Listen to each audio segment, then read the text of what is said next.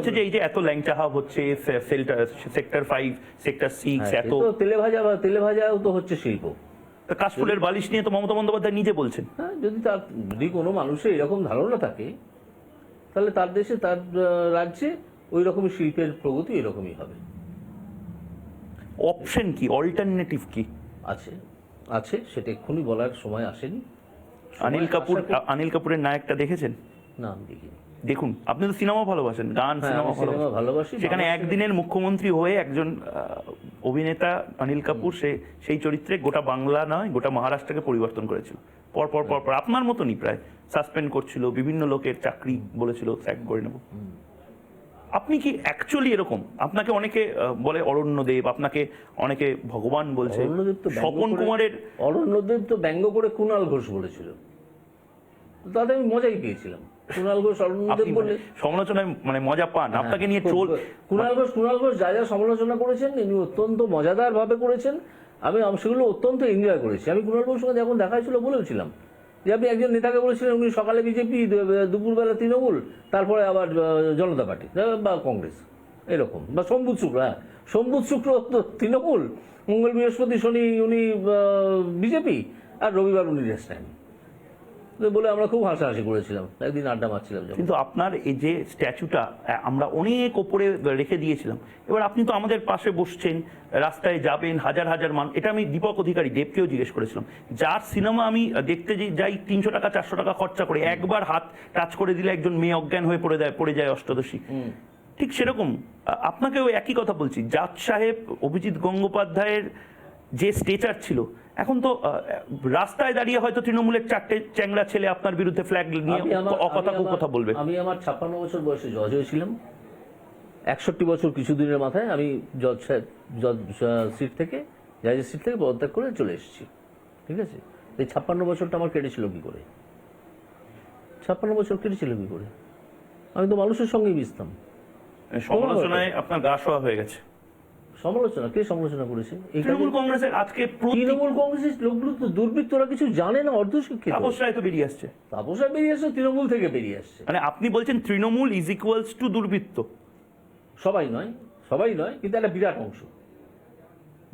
চাকরি বিক্রি করলো কে? চাকরি বিক্রির এজেন্ট ছিল তো। এরা বলছে কোনো চাকরি বিক্রি হয়নি, এই বিকাশ রঞ্জন আপনারা সবাই মিলে এমন একটা ঘোট পাকিয়ে দিয়েছেন, ছেলেমেয়েগুলো চাকরি পাচ্ছে না। সম্পূর্ণ জেনে শুনে মিথ্যে কথা বলছে, প্রমাণ হয়ে গেছে, ডকুমেন্ট এসে গেছে যে কিভাবে চাকরিগুলো নষ্ট, চাকরিগুলো যারা যোগ্য তাদেরকে বাদ দিয়ে অযোগ্যদের দেওয়া হয়েছে। নাহলে পরেশ অধিকারীর মেয়ে কি করে চাকরি পেল? তার তো কোনো লিস্টে নামই ছিল না।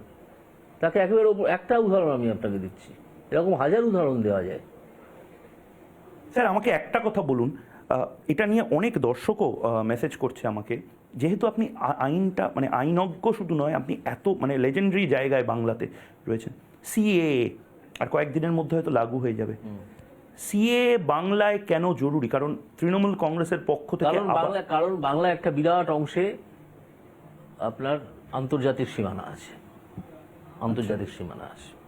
সেই আন্তর্জাতিক সীমানা দিয়ে তৃণমূল কংগ্রেসের কাজ হচ্ছে বাইরে থেকে দুর্বৃত্ত ঢোকানো, যাদের অধিকাংশই হচ্ছে দুর্ভাগ্যবশত তারা মুসলিম। তাদেরকে নিয়ে সরাসরি বলছেন তৃণমূল কংগ্রেস এরকম মুসলিম অনুপ্রবেশকারী ঢুকাচ্ছে? অবশ্যই, নাহলে ঢুকছে কি করে? তারা রেশন কার্ড, তারা ভোটার আইডেন্টি কার্ড কিছু করতে পারছে?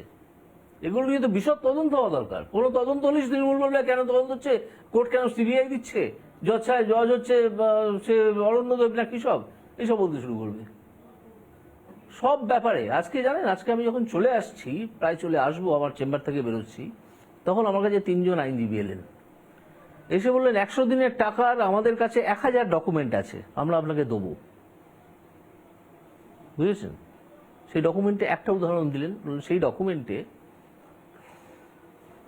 বাবা এবং মায়ের ছবি থাকতে হয়, যারা পাচ্ছেন তাদের ছবি থাকতে হয়। সেখানে বাবার ছবিটা তুলে একটি ছেলে তার নিজের ছবিটা বসিয়ে দিয়েছে, মাকে নিজের হাজবেন্ড তৈরি করেছে, মায়ের এতে একটা লাল রঙের কালি দিয়ে দিয়েছে, দিয়ে মা পেনশন পাচ্ছে, হচ্ছে। সে বললো আমি আপনাকে দিয়ে যাবো ডকুমেন্ট, আপনার বাড়িতে গিয়ে দিয়ে যাবো, আপনার সন্তান দেখা হবে না কোর্টে, আপনার বাড়িতে গিয়ে দিয়ে যাবো। বাড়িতে এসে দিয়ে যাবেন।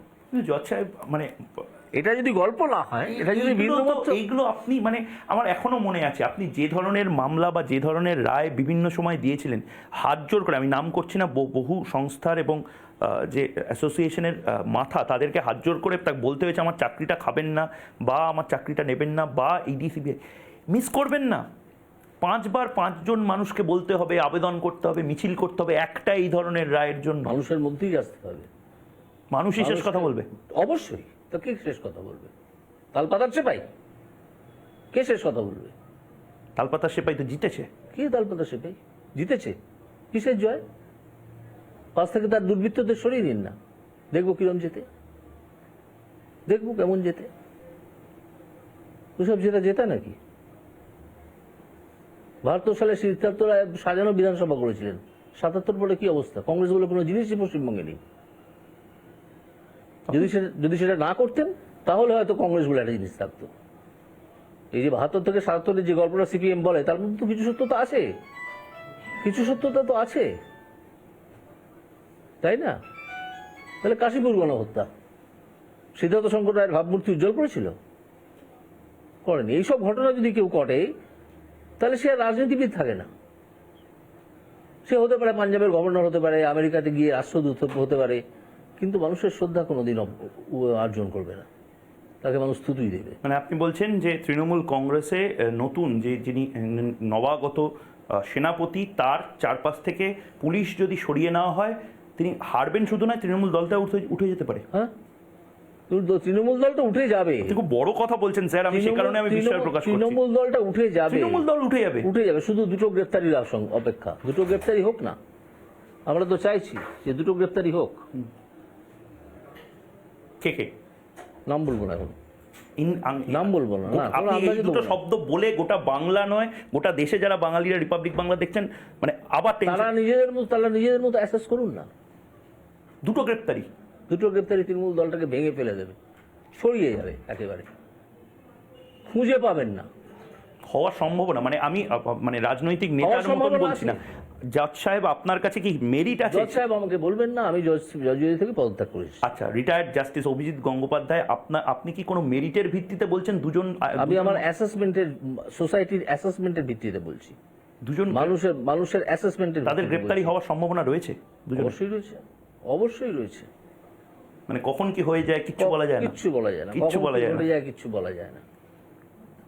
ঠিক আছে, আপনি ভয় পাওয়ানোর একটা জায়গা তৈরি করছেন। আপনি কি বাংলায় বুলডোজার বাবা হওয়ার জন্য এসেছেন? একটা আতঙ্কের জায়গা তৈরি হতে পারে। বুলডোজার আমার অত্যন্ত প্রিয় বস্তু। বুলডোজার আপনার প্রিয় বস্তু? হ্যাঁ, কারণ যেখানে উত্তরপ্রদেশে যোগী আদিত্যনাথকে বুলডোজার বাবা বলে, আপনি কি বাংলায় বুলডোজার বাবা হবেন?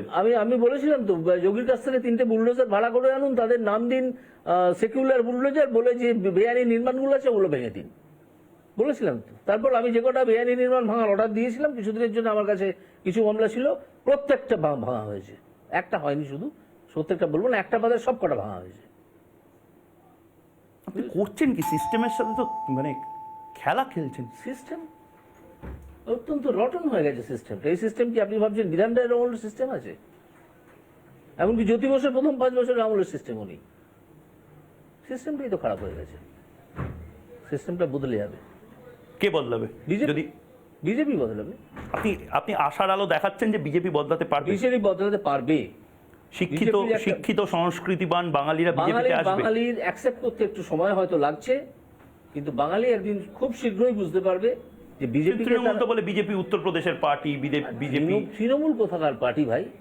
বাংলার পার্টি, জয় বাংলা বলে তারা, বিশ্ব বাংলা বলে, সবই বলে। যাই হোক, তো বিজেপি কি কাউবেল্টের পার্টি তাই মনে হচ্ছে আপনার? আমি শুধু বলছি কাল থেকে যখন আপনি রাস্তায় নামবেন তখন আপনাকে বিজেপি নেতা অভিজিৎ গঙ্গোপাধ্যায়, প্রাক্তন বিচারপতি। নেতা কেন? বিজেপি কোন নেতা নন? আপনি জননেতা নন? কোথায় নেতা? আমার পিছনে যদি 10,000 লোক থাকে তবে আমি নেতা। আপনার পেছনে এখন যদি আহ্বান করেন আপনার বাড়ির সামনে 10,000 লোক চলে আসবে? না, আমি মনে করি না। আমি মনে করি। মানে আপনি কি প্র্যাগম্যাটিক হয়ে বলছেন, হ্যাঁ, বাস্তবসম্মত হয়ে? নিশ্চয়ই। অনেক নেতা তো বলেন যে আমার ডাকে 1 লাখ লোক চলে আসবে, আপনি সেটা মনে করেন না? একদম মনে করি না, একেবারে। হঠাৎ কি কাজ আমি করেছি যে আমার লোকের ডাকে? কি বলছেন আপনি? জাস্টিস অভিজিৎ গাঙ্গুলি কোনো কাজ আরে করেন? এতে একটা হোয়াটসঅ্যাপ করে বলে দিলাম বা একটা সোশ্যাল মিডিয়ায় বলে দিলাম যে আমি আপনার পেছনে আছি, সঙ্গে আছি, অমুক আছি, তমুক আছি, সেটা এক কথা। সত্যিকারে ডাক দিলে ময়দানে আসা, সেটা আর এক কথা। এইসব ভেবে আপনি নেমেছেন? হ্যাঁ, আমি জানি তো মানুষের চরিত্র, আমি কিন্তু জানি না আপনি তো একটা বড় অংশের মানুষকে না নিয়ে নামছেন রাস্তায়। কেন। সিপিএম, বামপন্থীরা আপনাকে CPM আপনাকে ফিদেল কাস্ত্রো, চে গুয়েভারার জায়গায় বোধহয় সিপিএম রেখে দিয়েছিল। সে রেখে দিতে পারে, সেটা তাদের সমস্যা, আমার সমস্যা নয়। কিন্তু সিপিএম এর সঙ্গে আমার তো তেলে এবং জলে মিলবে না। আমি কোনোদিন তো সিপিএম করিনি, যদিও আমার পরিবারের বহু মানুষ সিপিএম, তারা সবাই দুঃখ পাবে, অনেক বন্ধু বান্ধব তারাও দুঃখ পাবে। সিপিএম পরিবার থেকে এসে এখন বিজেপি করছেন, হ্যাঁ, করা যায়? হ্যাঁ, মানে বামপন্থীরা বিজেপিতে আসতে পারে? বামপন্থী আমি তো ছিলাম না কখনো, আমি তো কখনো সিপিএমও করিনি, কোনো বামপন্থী দলও করিনি। আপনি কি জাতীয়তাবাদী? অবশ্যই। মানে নেশন ফার্স্ট, নো কম্প্রোমাইজ, দেশ সর্বোপরি, কোনো নিশ্চয়ই। আপোষ নয়, এটা আপনি মনে করেন, ভাবেন? নিশ্চয়ই। সেরকম ভাবে এক্সাম্পল যদি সেই দেশপ্রেম আপনার আইন যদি- আদালতের মধ্যে এই ধরনের কিছু আপনার রায়ের মধ্যে বা কিছুতে পাওয়া গেছে? তার মধ্যে তো আমি এগুলো ছড়িয়ে দেবো না। আমি যখন লার্জার পাবলিক লাইফে আসবো, তখন আমি আমার ভাবনাগুলো বলবো। এই পলিটিক্যাল ভাবনাগুলো আমার রায়ের মধ্যে কেন আসবে? আসেনি তো কখনো, আনার কথাও না।